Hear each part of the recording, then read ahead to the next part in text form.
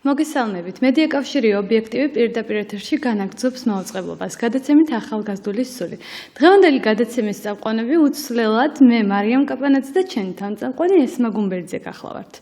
ჩვენს მაყურებელს დღევანდელ თემასთან დაკავშირებით და ჩვენს ჩართულობასთან დაკავშირებით გაგაცნობთ ტელეფონის ნომერს 2388 105, ხოლო Skype-ის მისამართია ობიექტივი ლათინური ასო. ობიექტივი 2 ლათინური ასოებით. დაგვირეკეთ და გამოთქვით თქვენი მოსაზრება დღევანდელ თემასთან დაკავშირებით. ჩვენ სტუმრებს და თემას უკვე ესმა წარგიდგენთ. ესმა. მოგესალმებით, დიახ, ნამდვილად ყველას გთხოვთ რომ მიაქტიუროთ და კითხვები დაუსვათ ასევე ჩვენს დღევანდელ სტუმრებს. დღეს ნამდვილად ძალიან ახალგაზრდული თემა გვაქვს და საკითხი, კერძოდ კი იძულებით გადაადგილებული ბავშვები და გორის რაიონში ერთ-ერთ სოფელში მათთვის მოქმედი ფსიქოსოციალური რეაბილიტაციის ცენტრი. ხოლო ჩვენი სტუმრები კი გახლავან ამ ცენტრის კოორდინატორი ბატონი გიორგი ლეკიშვილი და ამავე ცენტრის ხელოვნებათმცოდნე პედაგოგი ქალბატონი სოფიო ლებანიძე. მოგესალმებით. პირველში ძალიან დიდი მადლობა ჩვენს გადაცემაში მობრძანებისთვის და მონაწილეობისთვის.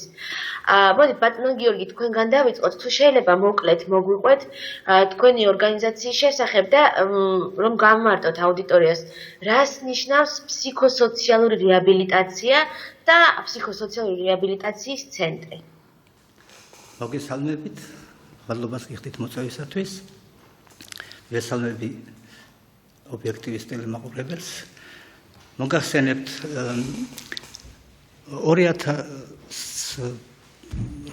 2008 წლის რუსეთ-საქართველოს ომის შემდგომ სამაჩაბლოდან ლიახვის ორივე დიდი და პატარა ლიახვის ხეობიდან იზოლებით გამოდევნილი იქნა ეთნიკური ქართველები. ეს ადამიანები პირველ ეტაპზე ჩასახლებული იქნენ თბილისში, კომპაქტურად სხვადასხვა ლოკაციებში და ერთ-ერთი ასეთი ადგილი იყო ისანში ყოფილი სამხედრო გოსპიტალის შენობა, სადაც განთავსებული იყო კოდორის ხეობისა და ლიახვის ხეობის მოსახლეობა. სწორედ აი აქ ამ შენობაში გადაწყდა, რომ შექმნილიყო სკოლამდელი ასაკის ბავშვების ფსიქოსოციალური დახმარების ცენტრი. ინიციატორი ამ ცენტრის შექმნისა იყო იტალიელ ექიმთა კავშირი. იტალიელ ექიმთა კავშირის ეგიდით შეიქმნა ეს ცენტრი. იქ იყო სპორტული დარბაზი, ამ სპორტულ დარბაზში აშენდა პატარა ქოხი და დავარქვით მას ბებოს ქოხი. და აი აქ მოდიოდნენ ეს ახალგაზრდები და აქ მიმდინარეობდა სხვადასხვა სახის მეცადინეობები. და რომელი წლიდან გადახვედით თქვენ გორის რაიონში ცენტრი, რომელი წლიდან? 2009 წლიდან ვიყავით ისანში და 2010 წლის აგვისტოში, როცა მოხდა მათი განსახლება საქართველოს სხვადასხვა კუთხეებში, ერთ-ერთი ასეთი იყო გორის რაიონის სოფელი შავშვები, სადაც კოტაჯები იქნა აშენებული ტოლილი მოსახლეობისათვის და ჩვენი პროექტით გადავედით შავშვებში. ისე რომ 2010 წლიდან უკვე მოვაწეობთ შავშვებში. და ეს მე როგორც ვთქვი, თქვენ ამ პროექტია, ხო? და დაფინანსებდა პროექტია. ესე იგი პირველ ეტაპზე ამ პროექტს ახორციელებდა, როგორც მოგახსენეთ, იტალიელ მისიონერ ექიმთა კავშირი და საქართველოში მიმდინარეობდა ეს პროექტი საქართველოს კათოლიკე კავშირის პატრონაჟით.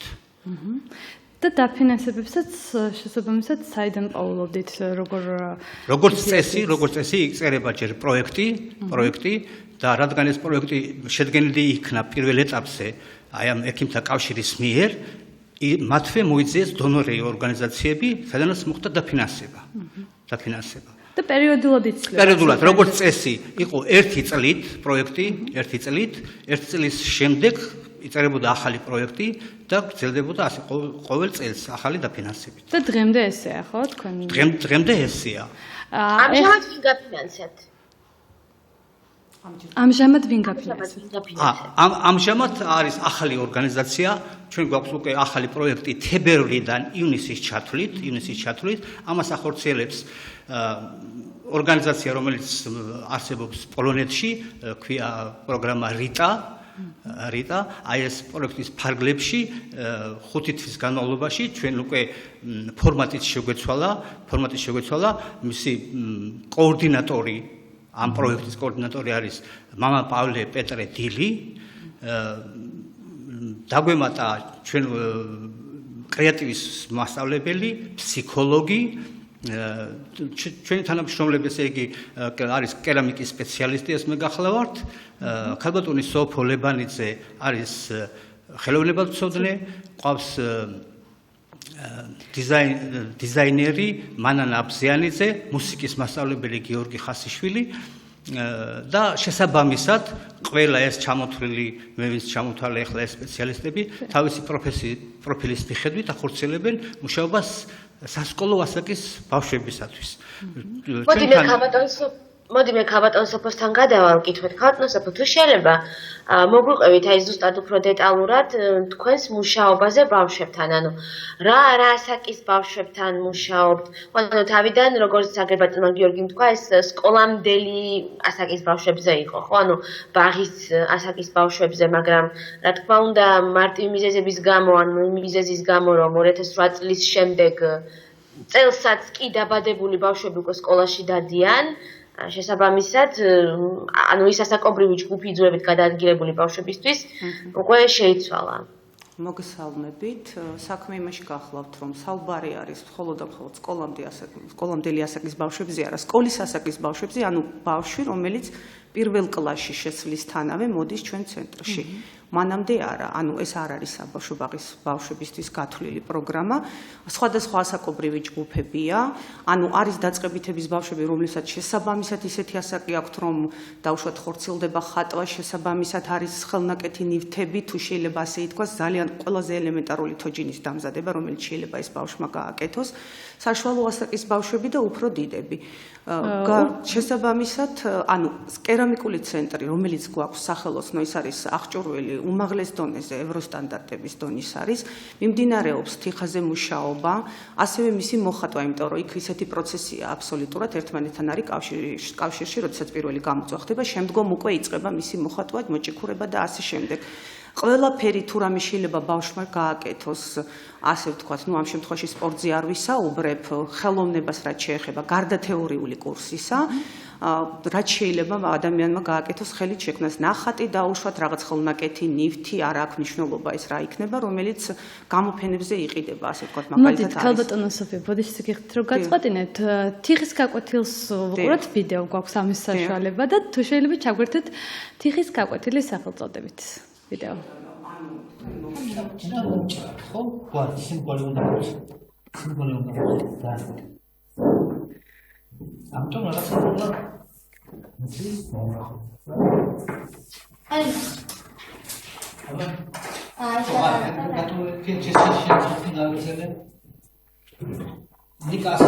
აქედან გადაატარო იქით, აქედან იქით გადაატარო და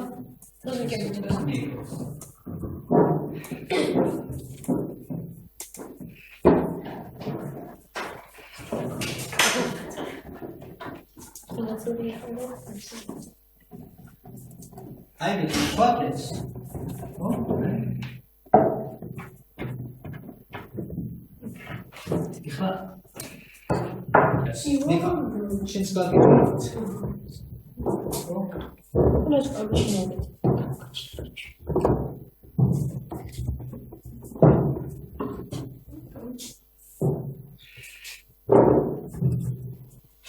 Sandro, ხაზე დაუგაფრინდი, ხაერი არ მომოგვეს.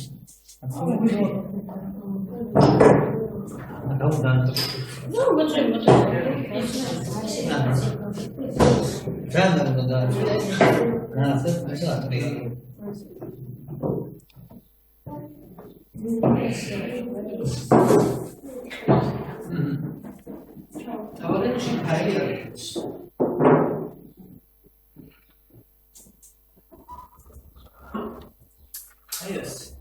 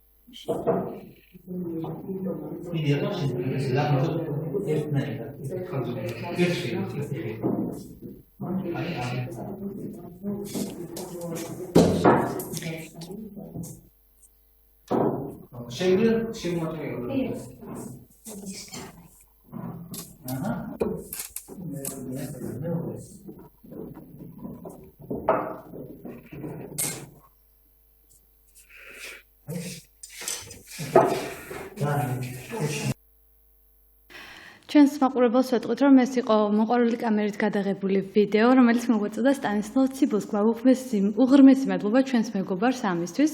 მოდით უკვე, რადგან თიხაზე ვისაუბრეთ, თიხის მასწავლებელი პედაგოგი გახლავთ ბატონი გიორგი და კონკრეტულად ვისაუბროთ ბატონო გიორგი, თუ შეიძლება ყოველფრის შესახებ. იქ იყო ვიდეოში ნაჩვენებია, თვითონ გამოსაშრობის საშუალებები, ეს ყველაფერი როგორ შეძენასთან დაკავშირებით ვისაც ვისაუბროთ, თუ შეიძლება. თვითონ პროექტის საშუალებით შეიძინეთ ეს ყველა ნივთი თუ როგორ მოხდა ამ ყველაფრის შეძენა? შეიძლება. პროექტი მომზადდა წინასწარ და იაპონიისა და პოლონეთის საელჩოების ფინანსური დახმარებით გაკეთდა ეს საამქრო. აქ როგორც მოგახსენათ ქალბატონმა, ეს არის ძალიან მაღალი სტანდარტების საამქრო. არის ყველა საშუალება იმისათვის, რომ ბავშვები დაეუფლონ კერამიკის ჯერჯერობით ანაბანას მარტივი იმიდან, მაგრამ ზოგიერთი მოსწავლე უკვე დამოუკიდებლად რთულ სამუშაოებსაც ასრულებენ. ჩვენ რა თქმა უნდა ახლა ამით ერთ მინდა მადლობა გადავუხადო პოლონეთსა და იაპონიის საელჩოებს და განსაკუთრებით მამა პავლე დილს, რომელმაც გააკეთა ეს პროექტი პირველად. მათი დახმარებით შეიქმნა ეს საამქრო. ბავშვები მოდიან, ესე იგი, სასკოლო ასაკის ბავშვები, რა თქმა უნდა, დიდი სიამოვნებით, თიხასთან მუშაობა ყველა სიამოვნებს და აკეთებენ სხვადასხვა ნაკეთობებს.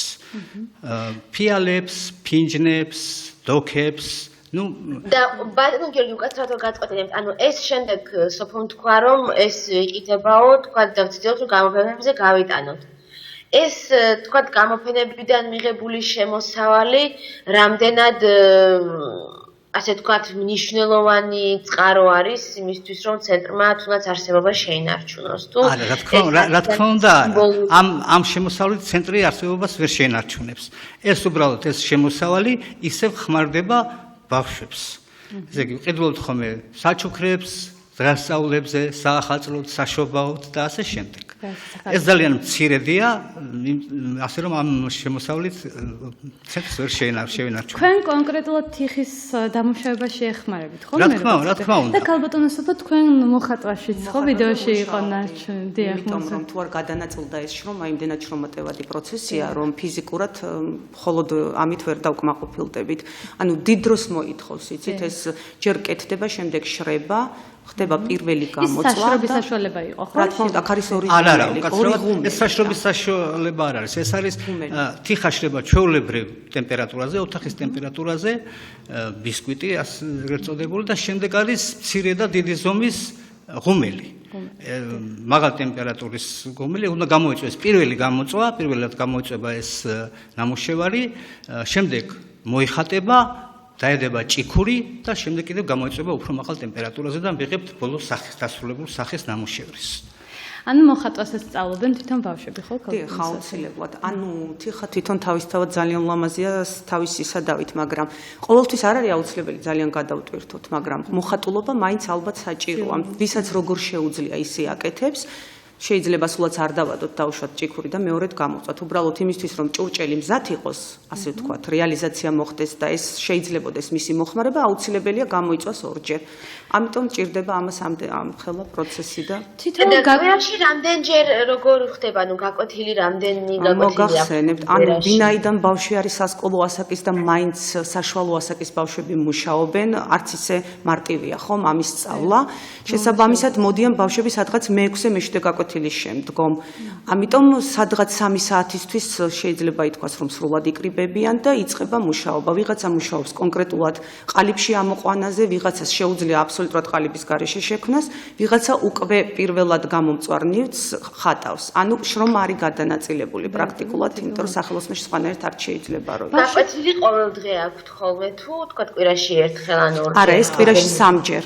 კვირაში 3-ჯერ ვართ ჩვენ ამ ცენტრში და შაბათსაც ვართ. იმის გამო რომ რახა უფრო მეტი თავისუფალი თავისუფალი დრო მეტია და დილიდანვე მოდიან ბავშვები.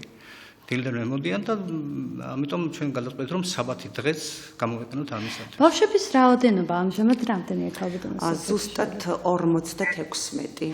და ყველაზე უფროსი ასაკის რომელი ეს არის მე-11 კლასელი, დავუშვათ მე-10, მე-11, მე-12 კლასელი. უკვე მე-4 თაობა მოვიდა, შესაბამისად ყავთ დებიძმები და ასე შემდეგ და რა თქმა უნდა იქაური მოსახლეობა, ვინც კონკრეტულად ჩასახლებულია ამ დასახლებაში. თუ რა არის მნიშვნელოვანი უნდა გითხოთ?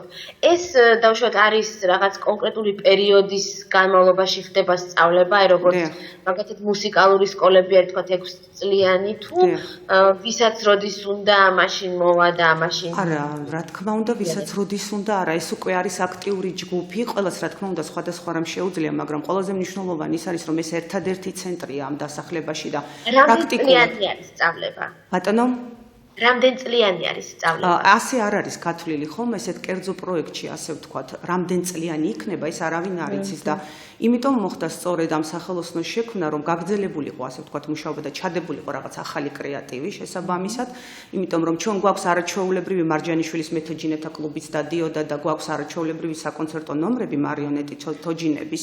უამრავი რამ გაკეთდა და სულ მუდმივად, ასე ვთქვათ, ველოდებით რაღაც სიახლეს და სწორედ ამიტომ გაკეთდა ეს სახელოსნო, რა შეიძლებოდა დაუშვათ ყოფილიყო ამ ბავშვებისთვის ყველაზე საუკეთესო თერაპია, იმიტომ რომ მოგეხსენებათ, რომ თიხა ძალიან მნიშვნელოვანი რამ არის და ნებისმიერი ადამიანისთვის ძალიან კარგია და მით უმეტეს ისეთი ბავშვებისთვის, რომლებმაც დაკარგეს თავისი საკუთარი საცხოვრებელი და ცხოვრობენ, იცით რაშია საქმე, ყველაზე მნიშვნელოვანი რა არის?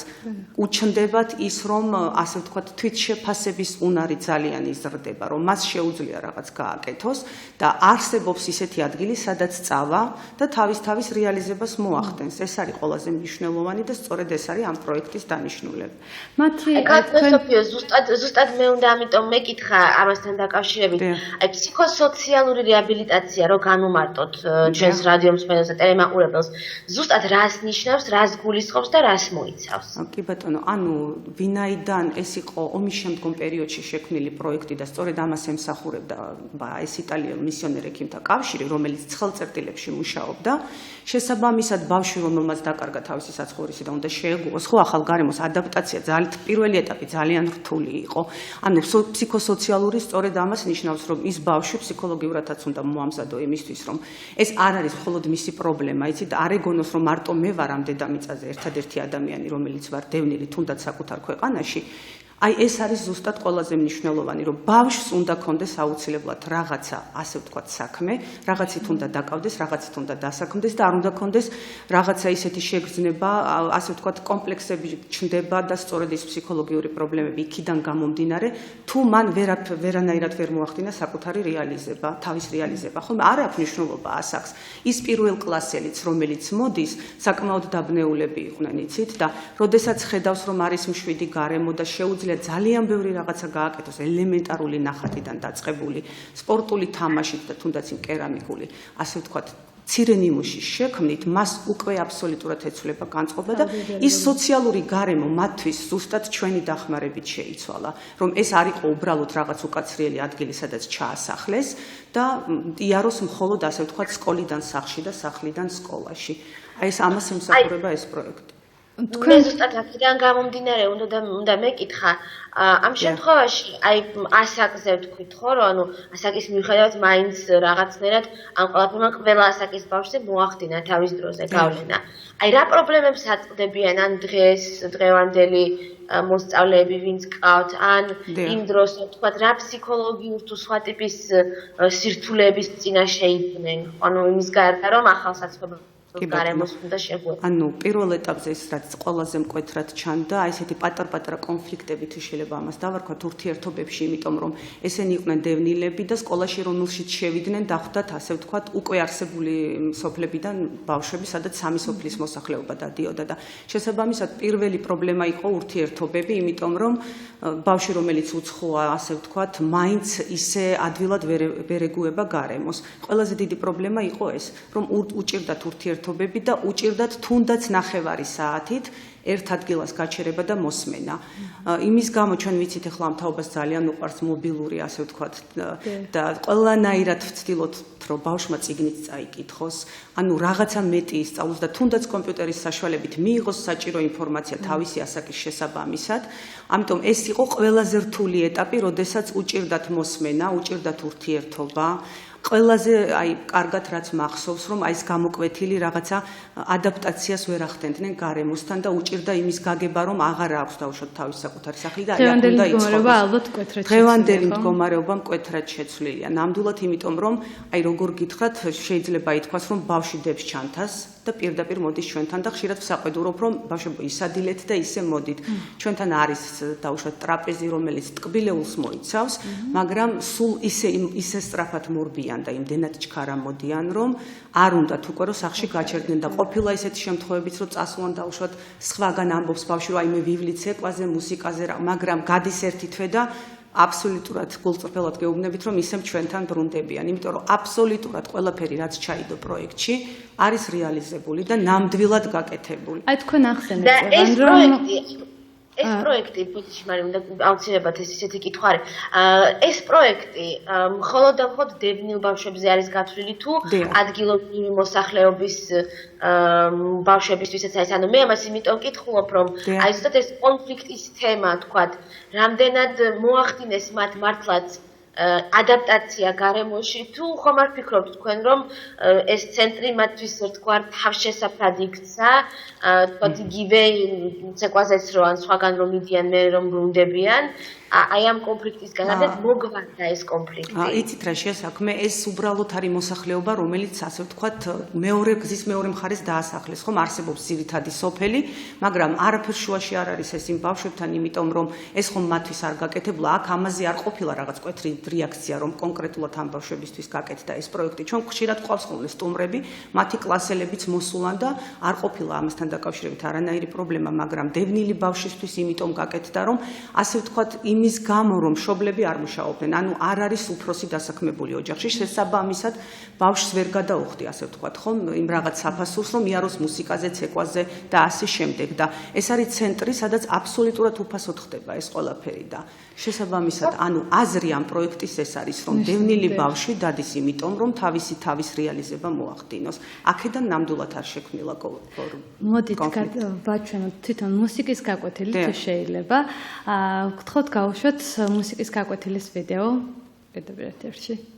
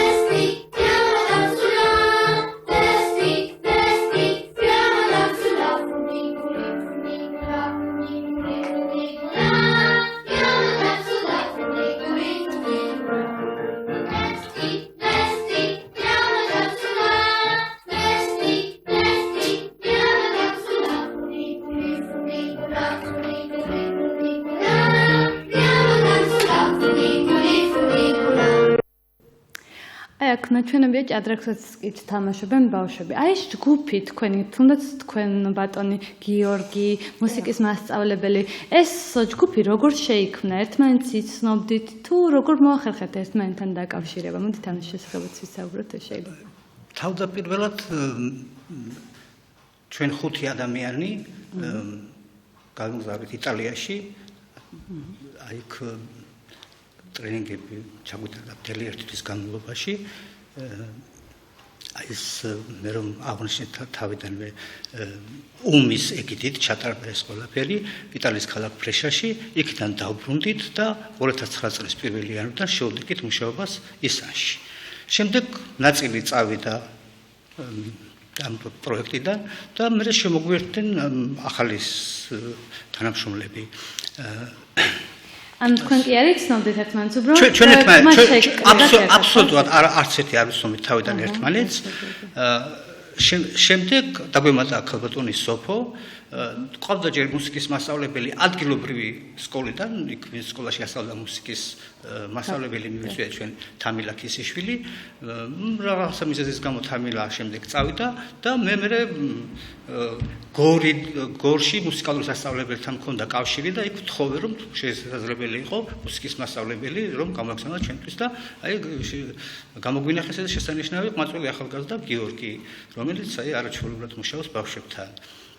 აღნიშნეთ რომ ჩვენთან მეთოჯინეთა გუნდი ჩამოვიდა, რომელმაც გააკეთეს მარიონეტების სპექტაკლი, თვითონ გორის რაიონში ჩაატარეს ეს სპექტაკლი თუ არა, ჩვენთან გააკეთა ბავშვებმა თვითონ თავისი ხილით შექმნეს ეს თოჯინები და ამ მარიონეტების 5 ნომერი ძალიან წარმატებით სარგებლობდა ძალიან მოწონდა ბავშვებს და იქ ერთ-ერთი ქალბატონი იყო, რომელიცაც თუნდაც გამოთქვა სრული და ჩვენც შევცევაზეთ რომ აი მას აკეთებდა ძალიან ბევრ თოჯინებს, ხელსაქმებს, თექას, ბატიკას და ასე შემდეგ და დიდი სეუნებით დაგვთანხმდა ჩვენთან თანამშრომლობაზე. შემდეგ ახალი პროექტი როგორც აღნიშნე მე ახლა თებერვლიდან ივნისამდე რომელიც არის, აი ამ პროექტში ჩასმული იყო აუცილებლად ფსიქოლოგი და კრეატივი.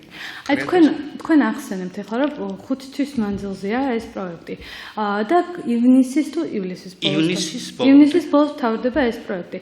შემდგომში როგორ აპირებთ გაგრძელებას ამ პროექტის? რა საშუალება უნდა მიმართოთ? ან ვინმე თუ გეგულებათ ადამიანი, ვინც ამ პროექტს კიდევ დააფინანსებს? თუ უბრალოდ ჯერჯერობით არა, ჯერჯერობით არ ვიცით, მაგრამ ჩვენ როგორც წესი წერთ პროექტებს და უგზავნით სხვადასხვა დონორ ორგანიზაციებს. და ამას ხო დრო სჭირდება გარკვეულწილად ივნისში თავდება ეს პროექტი, შემდგომში რა ხდება? ანუ ხო დრო შეთანხმება, ან იქნება დადებითი პასუხი, ან არ იქნება. იმ გარკვეული პერიოდის მანძილზე ბავშვებს მოუწევთ თუ არა ისევ სიარული გაკვეთილებზე, თუ შეწყდება სწავლა? არა, არ შეწყდება. იმიტომ რომ ჩვენ ასეთი პრეცედენტი გქონდა. როდესაც დაფინანსება შეწყდა, ჩვენ მაშინ ვკრებულობდით ამერიკიდან ამ დაფინანსებას, კამილიელებისგან, საქართველოში თქვენ კარგად მოგხსენებათ რომ არის ორგანიზაცია ავადმყოფთა მომსახურე სასულიერო პირთა ორდენი კამილიელები, აი ამ კამილიელებმა მოიძიეს ეს დონორები ამერიკიდან და ეს დაფინანსება შეწყდა, მაგრამ ჩვენ მაინც გავაგრძელებთ მუშაობა ჩვეულებრივად. აი, რამდენად რთულია ზოგადად გრანტის მოპოვება, ბატონო გიორგი, მოდი ამაზეც ვისაუბროთ, რომ საკმაოდ ხშირად მე მესმის პირადად, რომ თუ რაღაც პირადი კონტაქტები არ გაქვს დონორებთან, რომ დონორები ცდილობენ უფრო ცნობილი და ცნობადი ორგანიზაციები რომ დააფინანსონ, რომლებსაც უკვე ისტორია აქვთ მუშაობის, აი რამდენად რთული არის ძალიან ხშირად გამიგია რომ სხვილი გრანტები არ ქვეყნდება ესე ვებსაიტებზე და აი რამდენად რთული არის რომ მოიძიოთ ხოლმე გრანტი და როდესაც ჭირდება მას პირადი კონტაქტი, რამაც გადამწყვეტი რომ რთულია. მე გეთანხმებით რომ ძალიან რთულია ფინანსების მოძიება, მაგრამ ჩვენ გვყავს აუარება მეგობრები, რომლებიც ჩამოდიან ჩვენთან სტუმრად იტალიიდან, პოლონეთიდან. აი ეს მეგობრების დახმარებით ჩვენი დირექტორის წყალობით, ასე ვთქვათ, იწერება რამდენიმე პროექტი და იგზავნება სხვადასხვა მიმართულებით. და როგორც წესი, აუცილებლად გამოჩნდებიან ხოლმე კეთილი ადამიანები. იმეც გქონია. მე აუცილებლად სოფოსთან უნდა გადავიდე ამ კითხვით. აი, მაინც არ მასვენებს, ასე ვთქვათ, აი ამ კონფლიქტებზე, იმიტომ რომ საკმაოდ ხშირად, საკმაოდ ცნობილი ფაქტია, რომ აი დევნილ და ახლად შესახლებულ და მკვიდრ მოსახლეობას შორის იყო ხოლმე რაღაც დაპირისპირებები, რაღაც კონფლიქტები, არ შეწყობის პრობლემები, ძალიან ბევრი იყო ასეთი ომის შემდგომ პერიოდში. მიუხედავად იმისა, რომ რამდენად გასაოცარიც არ უნდა იყოს ეს, თუნდაც იმიტომ, რომ რაღაც ელემენტარული სოლიდარობის გამო, რომ შენივე თანამემამულე, როდესაც გაჭირვებაში არის, მაინც ხდება ასეთი კონფლიქტები და აი მაინტერესებს, რამდენად რა გააკეთა მაგათაც სკოლის ადმინისტრაციამ, ან ადგილობრივად მმართველობამ ვიღაცამ, რომ აი ესეთი ტიპის კონფლიქტი რაღაცად მედიაცია მოეხდინა და მოეგვარებინა, ან თუნდაც ბავშვის დონის. გასაგებია. იცით რა, ესეთი ძალიან მწვავედ ეს საკითხი ნამდვილად არ დასმულა, უბრალოდ მე სკოლასთან დაკავშირებით ავღნიშნე და ჯერ ერთი ეს არის მაინც შერეული ოჯახები, ასე ვთქვათ, ხომ ქართლში არიან ქართულოსური ოჯახები და ისედაც არიან ოჯახებში დაუშვათ ბებია, ან ბაბუა, ან დედა, ან მამა, ან ოსი, ან ქართველი. ანუ ესე მძაფრად ნამდვილად არ ყოფილა, უბრალოდ იქ იყო ვინაიდან ბავშვებს ისეთი ასაკი ჰქონდათ, რომ ზოგს არც კი ახსოვს რა დროს წამოვიდნენ და იმ ბავშვებისთვის უფრო მარტივად არის, მაგრამ ვისაც ჰქონდა ისეთი ასაკი, რომელსაც უკვე ახსოვს ის, რომ იქ ცხოვრობდა თავისი სახლი და ასე შემდეგ და ახსოვს როგორ გამოიქცა იქიდან, იმისთვის იყო უფრო რთული გესმით, იმიტომ რომ ეს ცალკე დასახლებული, ეს არის პირდაპირ ასე ვუწოდებთ, ხომ, ეს არის ახალი დასახლება და ისინი შიგ სოფელში არ არიან ჩასახლებულები, ასე ვთქვათ. ეს არის, დიახ, ეს არის ცალკე, ასე ვთქვათ, სრულიად ცალკე და დამოუკიდებლად არსებული დასახლება, რომელსაც უშუალოდ ასეთი კონკრეტულად ესე სოფელთან კავშირი არ აქვს, იმიტომ რომ მათ ასე ვთქვათ ავტობანი ყოფს და ისინი არიან გზის ქვემოთა მხარეს, ასეთი განსაკუთრებული რაიმე კონფლიქტი არ აქვს, მთავარი რა იყო, რომ ბავშვებს უჭირდათ შინაგანად, ასე ვთქვათ, ის რომ დაუშვათ უნდა იაროს სხვა სკოლაში, ვინც უკვე სასკოლო ასაკის იყო და იყვნენ ახალი ადამიანები, ახალი მეგობრები, ახალი მასწავლებლები და ზოგადად გარემოსთან შეგუება. თორე კონკრეტულად ესე მოსახლეობაში ჩვენ უკვე 7 წელია ვმუშაობთ, ანუ ერთმანეთთან მიმართებაში არავითარი კონფლიქტი იქ არ ყოფილა, იმიტომ რომ ისინი ისედაც იცნობდნენ ერთმანეთს, ასე ვთქვათ, და ისე არის გადანაწილებული, რომ პრაქტიკულად 5 სოფელია თუ არ ვცდები და ისედაც ასე ვთქვათ ნაცნობი სახეები იყო. აქ ლაპარაკი უბრალოდ მათ შინაგან მდგომარეობაზე, როგორ მოხდა ეს ყველაფერი და როგორ შეეგვიან ეს ბავშვები ამ გარემოს. მოგეხსენებათ ახლა ბავშვი, რომელსაც დაუშვათ არა აქვს იმის საშუალება, რომ რაღაც თავის ასე ვთქვათ მისცეს იმის უფლება, რომ იაროს მუსიკაზე, ცეკვაზე და ასე შემდეგ, თუნდაც გორში. რა თქმა უნდა, ეს იყო ძალიან დიდი შვება, რომ არსებობს ესეთი ცენტრი, ანუ ეს გაკეთდა სრულიად შეგნებულად, ხო, იმ ადამიანისთვის, ვისაც არ შეუძლია საფასურის გადახდა. შესაბამისად, მოდის ბავშვი და ძალიან ბევრ რაღაცას სწავლობს. აი, ბატონმა გიორგიმ აღნიშნა ხო თოჯინებთან დაკავშირებით, ეს იყო 6 თვიანი პროექტი, რომელსაც აი ძალიან დიდი წარმატებით განვახორციელეთ, ჩავაბარეთ და აბსოლუტურად წარმატებულად. ყოველთვის კეთდება ხოლმე შემდგომ მერე პრეზენტაციები, როდესაც სრულდება პროექტი და ვინც არის დონორი ორგანიზაციები, ჩვენ ასე ვთქვათ, წარვადგენთ მათ წინაშე იმას თუ რა ვიმუშავეთ და რა გავაკეთეთ, მოგეხსენებათ, აღნიშნეთ, რომ ძალიან რთულია გრანტების მოპოვება, ხომ? შესაბამისად, ეს რომ ძალიან რთულია, შესაბამისად ისინი ჩვენგან ითხოვენ მაქსიმალურ მუშაობას და ამას ყველაფერს მონიტორინგის ჯგუფიც მოსულა და შეუმოწმებია თუ რას ვაკეთებთ ჩვენ და როგორ მუშაობს. იმიტომ რომ მათ ძალიან უყვართ წესრიგი, უცხოელებს მოგეხსენებათ, როგორ უყვართ, რომ საქმე კარგად კეთდება და ყოველთვის აღნიშნავენ, რომ ჩვენ ვართ საკმაოდ კარგი გუნდი, იმიტომ რომ პრაქტიკულად ეს არის ერთადერთი პროექტი ომის შემდგომ გაკეთებული, რომელიც ამდენი წელი მუშაობს და დანარჩენი სხვა აღარ არსებობს. აი თქვენ ახსენეთ, რომ თქვენ აუცილებლად უნდა გითხოთ ახლა, აი წარმატებულ სტუდენტებზე, წარმატებულ მოსწავლეებზე, აი თუ გქონიათ კავშირი თქვენს მიერ, თქვენი ცენტრის მიერ გამოზრდილ ბავშვებთან, სად არიან ახლა ისინი? მე თქვა თუ გაყვა ხელოვნებას, ან ძერწვას, ან ქანდაკებას, ან სიმღერას, თუ შეიძლება ამაზეც რომ მოგახსენებთ, დიახ, არიან ბავშვები, რომლებმაც უკვე დაასრულეს, ასე ვთქვათ, სასკოლო ასაკი და შექმნეს ოჯახები, რომლებიც მოდიან, ჩვენს გვაქვს ურთიერთობა, ასე ვთქვათ, სტუმრადაც მივსულ ვართ და არიან ისეთი ბავშვები, რომლებმაც ჩააბარეს უმაღლესში უნდოდა განათლების მიღება და გააგრძელა ამ მხრივ და იყვნენ რამდენიმე ისეთი ბავშვებიც არიან სხვა დასახლებიდანაც, ხურვალეთიდანაც, სადაც მეთოჯინეთა კლუბის მიერ გაკეთებული თოჯინებით ეს ბავშვები დღემდე არსებობენ, მათ შეუძლიათ შეასრულონ ეს ნამუშევრები და გაყიდონ, ასე ვთქვათ, რეალიზება მოახდინონ.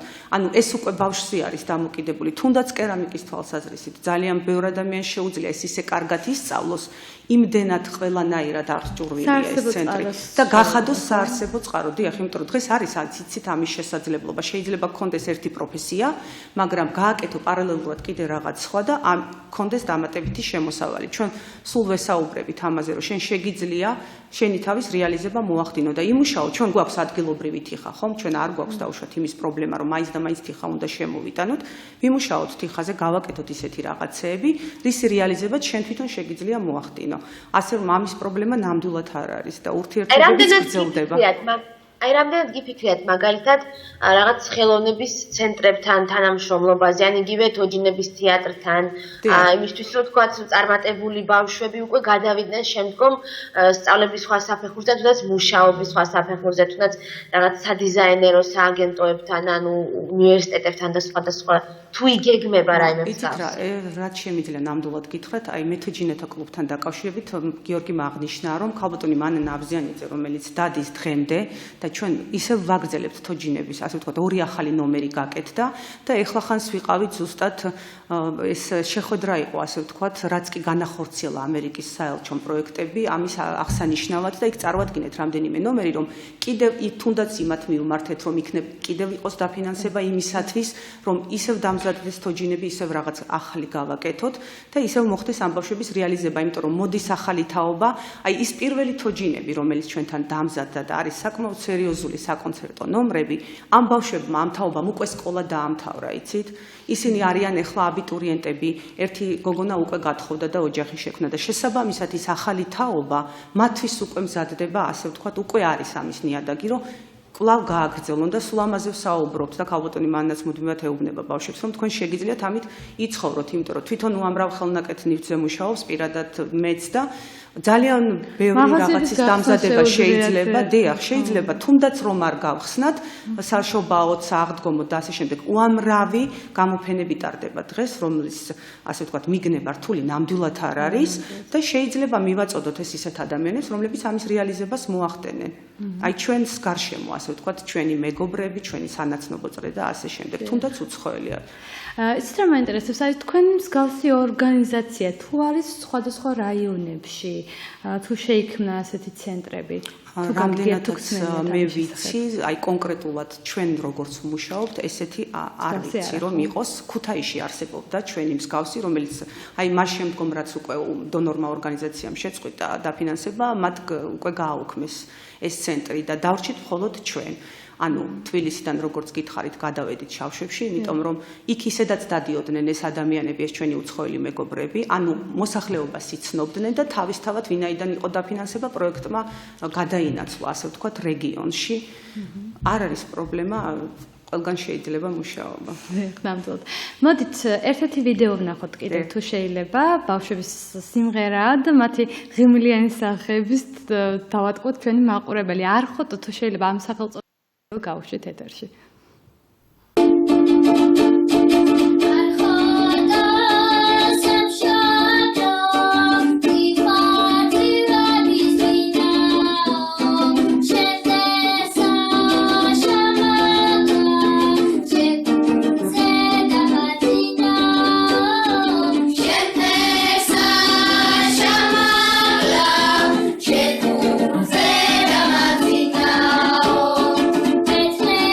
It's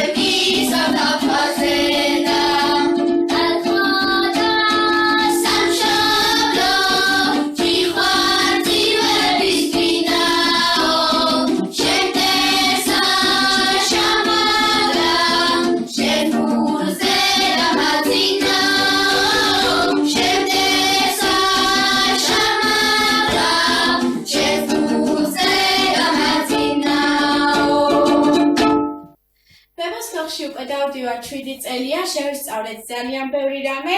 ერთ-ერთი რაც ყველაზე კარგად ვთვლობთ, ეს არის კერამიკა და ხელნაკეთი ნივთები. კერამიკას უკვე კარგად ვთვლობთ და შეგვიძლია ნებისმიერ ყალიბში ამოვიყვანოთ თიხა. ხელნაკეთი ნივთები კიდევ ელემენტარული დაწყებული ბარათებით და სანიშნებით ვაკეთებთ თოჯინებს, რომელსაც ვათამაშებთ ჩვენ.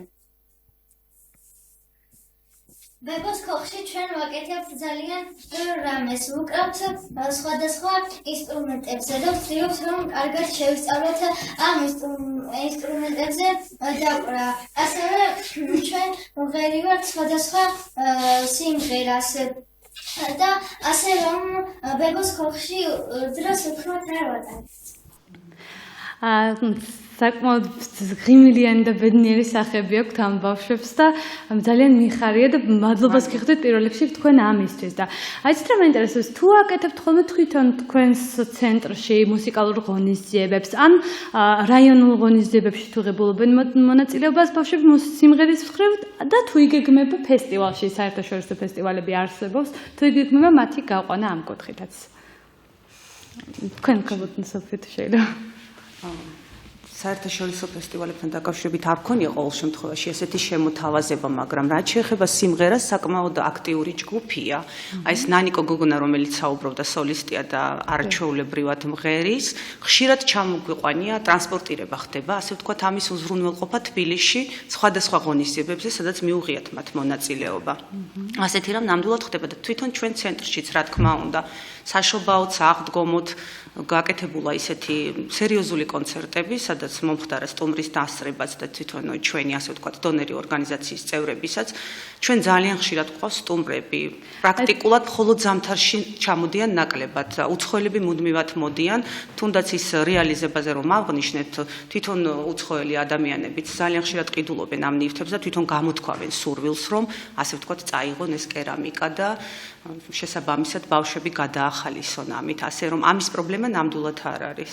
ნამდვილად ყოფილა ცნობილი ადამიანების მათთვის ჩამოსვლა სტუმრები ღონისძიების გამართვა, მომღერლების თუნდაც ყოფილა თუ არა ესეთი შემთხვევები და გაეხალებინოთ ეს ბავშვები, ხო რა თქმა უნდა, ყურადღება ეს ერთგვარი და ყოფილა მსგავსი შემთხვევა. კი, რა თქმა უნდა, ძალიან ხშირად ჩვენთან ხშირად ჩამოდის იტალიელი ფოტოგრაფი გილერმო ლუნა, რომელიც თვითონ აკეთებს ხოლმე ამ ასე ვთქვათ ფოტომასალას და ინფორმაციას, რომელიც შემდგომ იტალიაში შუქდება. შესაბამისად ბავშვებს ძალიან უხარიათ, იმიტომ რომ ეს არ არის ასე ვთქვათ მხოლოდ ჩვენ ცენტრში დაგეგმილი ღონისძიებები, პოლონეთის მხრიდანაც ძალიან ხშირად გაშუქებულა. ეხლა ხანს იყვნენ სწორედ სტუმრები, ეს დონორი ორგანიზაცია, რომელმაც აი კერამიკაც წაიღო და გააკეთეს ასე ვთქვათ მასალა მომზადდა, რომ ეს ყველაფერი შემდგომში იქაც დაიბეჭდოს და რა თქმა უნდა ბავშვები იღებენ ამაში მონაწილეობას, იმიტომ რომ პირდაპირ ინტერვიუებით გაკეთდა, ყველაზე პატარებიდან დაწყებული, ყველა ასე ვთქვათ უფროსებით დასრულებული. კიდევ ასეთი შემთხვევა ჩვენ სწავლობთ ვეფხისტყაოსანს აკეთებს ერთ-ერთი რეჟისორი მთელი საქართველოს მასშტაბით ბავშვები ხატავენ ვეფხისტყაოსნის პერსონაჟებს და უნდა გაკეთდეს ამითი ანიმაციური ფილმი ესენი ჩვენთანაც იყვნენ და ბავშვებმა მონაწილეობა მიიღეს ამ ვეფხისტყაოსნის ჩართულები არიან რა თქმა უნდა პერსონაჟების დახატვაში და ვეფხისტყაოსნიდან ნაწყვეტების წაკითხვაში. ეს ყველაფერი გადაღებულია და მზადდება და როდის ნახავს როდის იგეგმება არ ვიცი. კიდევ იყო შემთხვევა, როდესაც ჩვენთან თავითი სურვილი გამოთქვეს ბიბლიის შემსწავლელი კლუბი არსებობს ასეთი თბილისში, ისინი ჩვენ გვესტუმრნენ, ჯერ დავიკავშირდნენ, იცოდნენ ჩვენს არსებობის შესახებ, დავიკავშირდნენ, ჩამოვიდნენ და ბავშვებს დაურიგეს გადასცეს საჩუქრად საბავშვო ბიბლია. ჩვენ ყველას რა თქმა უნდა დაურიგეთ და შესაბამისად ბავშვები სწავლობენ ამ იმას. მოდით. აი კიდევ ერთი მინდა აღვნიშნო, აი ეს ქალბატონოს უფრო თქვა, რომ გილერმო ეს ჩვენი უსაყვარლესი მეგობარია. ძალიან კარგი ადამიანი, რომელიც თითქმის ყოველწელს ჩამოდის ჩვენთან, იღებს ბავშვებს, სურათებს, აქვეყნებს სხვადასხვა ჟურნალ-გაზეთებში იტალიაში და ერთი ასეთი შემთხვევა იყო, ჩვენთან იყო ერთი გოგონა, რომელიც იყო მოხალისე და გადაიყო იმისი, ესეც დევნილი ბავშვი იყო აფხაზეთიდან და გადაიყო იმისი სიუჟეტი დილიდან საღამომდე ის საქმიანობის შესახებ. და რომ ჩავიდა იქ იტალიაში, თავის მეგობრებს აჩვენა ეს ვიდეო და უთხრა რომ აი იცით რა, აი ხომ მე ხომ მაქვს დაბადების დღე. მე არაფერი არ მინდა, აი ამ გოგონას დაეხმარეთო. და სოლიდური თანხა შეუბრუნეს მეგობრებმა და ამ გოგონამ მოახერხა ამ თანხით შესწავლა ინგლისური ენა კურსებზე თბილისში. მსგავსი შემთხვევები თუ ყოფილა კიდევ აი გარკვეული თანხა თუ ვინმეს გადმოურიცხია თქვენთვის ბავშვებისთვის რა თქმა უნდა სხვა შემთხვევები არ ყოფილა? იყო ასეთი შემთხვევა, ძალიან კარგი სიტუაცია იყო. როდესაც ინგლისში მოღვაწე ქართველი ქალბატონი ბაგრატიონი ჩამოვიდა იქ ჩვენთან და იქ მაშინ ისანში ვიყავით, ისანში ქონდა ეს ცენტრი გახსნილი და გადმოგვცა საკონსულტური თანხა იმისათვის რომ ბავშვებს შესაძლებლობა ჰქონდათ ერთი კვირით მაინც დაესვენათ სადმე. ანუ ჩვენ გადაწყვეტეთ რომ წასულიყავით მესხეთში და იქ ერთი კვირით მოვინახულეთ ვარძია, საფარა ვალის ქვაბები და არა მარტო ექსკურსიები, ბავშვებმა ერთი კვირა დაისვენეს არაჩვეულებრივად.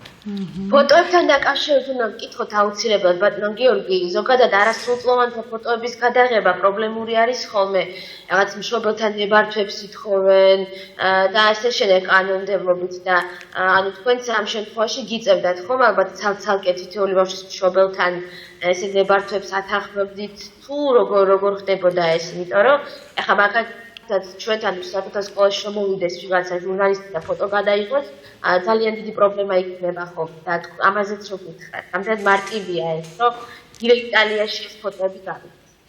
ვიცით რა, იმ შემთხვევაში როცა აღნიშნე რომ ის იტალიაში წავიდა რეპორტაჟი, რა თქმა უნდა ის ოჯახთან იყო შეთანხმებული, იმიტომ რომ სიუჟეტები ოჯახშიც იქნა გადაღებული. და იცოდა მისმა მშობლებმა. მაგრამ ჩვენ შემთხვევაში სიმართლე გითხრათ მშობლებისგან ნებართვას არ ვიღებ და უბრალოდ არის ასეთი პრაქტიკა, როდესაც იღებენ სურათს, აი ინტერვიუ ჩაიწერა, ან სთხოვა ბავშვს რაღაცა კომენტარი და იღებენ ბავშვისგან თუ შეიძლება რომ გადაგიღოთ ფოტო. ხშირად მქონია ასეთი შემთხვევა, როცა ჩამოსული სტუმრები ეკითხებიან ბავშვებს თუ შეიძლება რომ გადაგიღოთ ფოტო, მაგრამ ხანდახან არის ხოლმე შემთხვევები რომ ვიღებთ ოჯახებში და იქ ოჯახებში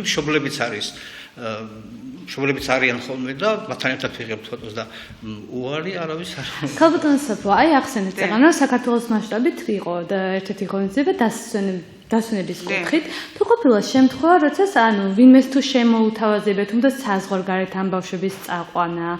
ეს იცით ყოფილა ისეთი შემთხვევა, რომ დავშოთ ჩამოვიდა პოლონელი გოგონა, ვფიქრობთ, რომ ერთ ზაფხულს იქნებ გავაკეთოთ ისე, რომ პოლონეთში წავიყვანოთ ბავშვები, ასე ვთქვათ და ოჯახებში იყოს გადანაწილებული და დაისვენონ რაღაც გარკვეული დრო. ჯერჯერობით ეს არ გაკეთებულა და ის რაც იყო დაგეგმილი, ეს ყოველი დღე იყო ძალიან მნიშვნელოვანი და ძალიან სასარგებლო, იმიტომ რომ ყოველ დღე სადღაც მივდიოდით, ასე ვთქვათ, რაღაცას ვაკეთებდით, დილის ვარჯიშით იწყებოდა ეს ყველაფერი. და დაისვენეს არაჩვეულებრივად, იმიტომ რომ საკმაოდ კარგი დაფინანსება იყო და გათვლილი იყო სწორედ იმ ერთკვირიან დასვენებაზე. აი სამომავლოდ ეხლა ამ ეტაპზე ვერ გეტყვით ნამდვილად რა იქნება. ექსკურსიები ყოველთვის გვაქვს. ეს ჩვეულებრივი მოვლენაა ჩვენთან. და აი პოლონეთში რამდენად მოხერხდება ბავშვების წაყვანა, ეს ყველაფერი უნდა ალბათ ჯერ წინასწარ დაიგეგმოს და უკავშირდება გარკვეულ ფინანსებსაც, ვინაიდან და ამ გოგონას შემოთავაზება დაფინანსებასთან დაკავშირებით როგორ იყო? ანუ თვითონ არ გამოთქვა ეს რომ თუნდაც დაფინანსების წყაროებს დაგეხმარებოდათ რომ მოგეძიებინათ? იცით რა, ესე კონკრეტულად არა, იმიტომ რომ როგორც წესი ისინი ასე ვთქვათ არაფერს არ დაგპირდებიან, თუ არ არის ეს ზუსტად გადაწყვეტილი. უბრალოდ ეს იყო ვარაუდი სამომავლოდ, რომ იქნებ გავაკეთოთ ისე, რომ ბავშვები ოჯახებში გადავანაწილოთ და ეს არ იყოს ასე ვთქვათ სასტუმრო და იყოს ესეთი ოჯახური გარემო. ჯერჯერობით ეს არ გაკეთებულა, ნახოთ როგორ იქნება. წარმატებებს გისურვებთ. ჩვენი გადაცემის დროც ამოიწურა სამწუხაროდ და იმ ბავშვებს ყველა თითოეულ მათგანს ვუხდით უღრმეს მადლობას იმისათვის რომ არიან ასეთი კარგები. ყველას შრომა აუცილებლად დაფასდება. იყავით თქვენ ამ არასამთავრობო ორგანიზაციაში აქტიურად ჩართულები და წარმატებებს გისურვებთ თითოეულ თქვენგანს. ძალიან ბედნიერები ვართ მართლა იმის აუცილებლად უნდა ვთხოვოთ ქალბატონ საფოს რომ აი საბოლოო ჯამში შეაჯამოს. ომის შემდეგ უკვე გავიდა, თქვა 9 წელი დაახლოებით, უკვე ცოტა მეტი თუ არა. მაგრამ დღეს დავუშვათ სახელმწიფოს მხრიდან დაფინანსების საკითხზე თუ შეიძლება მსჯელობა და რამდენად ასე ვთქვათ მნიშვნელოვანია ისევ ამ ცენტრის შენარჩუნება ერთი სიტყვით, ერთი წინადადებით რო გითხრათ. ძალიან მცირე დრო სახელმწიფოს მხრიდან მე ნამდვილად ვერ ვისაუბრებ, ვინაიდან არ ვარ ჩინოვნიკი და ეს არის პრაქტიკულად არასამთავრობო ორგანიზაცია. ჩვენი ერთადერთი მიზანი და ყოველი პროექტის, ასე ვთქვათ, ახალი პროექტის დაწერაში სწორედ ის არის ჩადებული, რომ ვინაიდან ვართ ერთადერთი ცენტრი, ძალიან მნიშვნელოვანია ის, რომ ჩვენ გქონდეს დაფინანსება და მუდმივად აქტიურად ვიმუშაოთ ამ ბავშვებთან. ეს არის ჩვენი მისია პრაქტიკულად, ყველაზე მნიშვნელოვანი, რაც არის. წარმატებებს გისურვებთ თქვენს და თითოეულ მათგანსაც. ჩვენს მაყურებელს კი დავამშვიდობებით ზუსტად 2 კვირით. მომავალ შეხვედრამდე. 2017 წლის 1 აპრილიდან